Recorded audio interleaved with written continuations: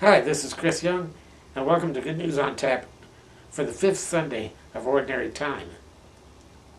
One of my favorite science fiction short stories of all time is a classic story called Nightfall by Isaac Asimov. It takes place on a planet that has multiple suns. The orbit of the planet around those suns was very complex, and it just so happened that the planet roamed between the multiple stars, and as it did so, the entire planet was constantly illuminated. They had never seen nighttime. Then their astronomers discovered that a rare alignment was about to occur. For a period of time, all of the suns would line up on one side of the planet, and the other side of the planet would experience for the first time in recorded history total darkness. Their calculations showed that this event occurred every few thousand years, and upon further examination, they realized that there may have been other civilizations on their planet that experienced this strange event called nighttime. And this event had been the downfall of those earlier civilizations. To a world that had never known darkness, to a world that depended on light for everything, the idea that light could or would depart them, even if briefly, was devastating to them. The story even mentioned that at one time someone had created a carnival ride that was simply a room that was tightly sealed off from all exterior light. It so traumatized people who entered this house of horrors that they had to shut it down.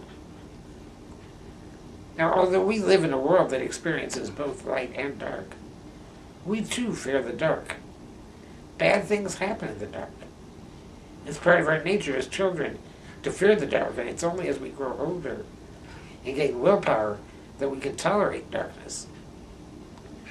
As I'm writing this, there's civil unrest going on in Egypt and other Arab countries. And in an attempt to maintain order, the government has instituted a curfew that no one is to be out on the streets after dark. Reporters that say that people are sitting in their front yards armed with bats and clubs, warding off gangs who seek to take advantage of the turmoil, to loot and to steal. Bad things happen in the dark.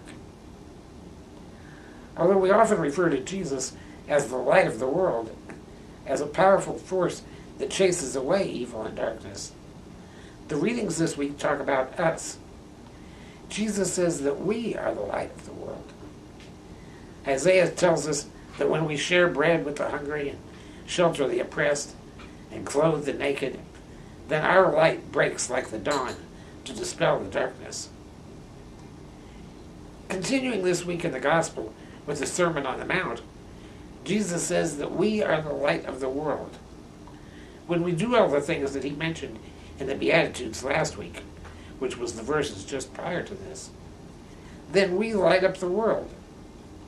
And he admonishes us not to hide our light.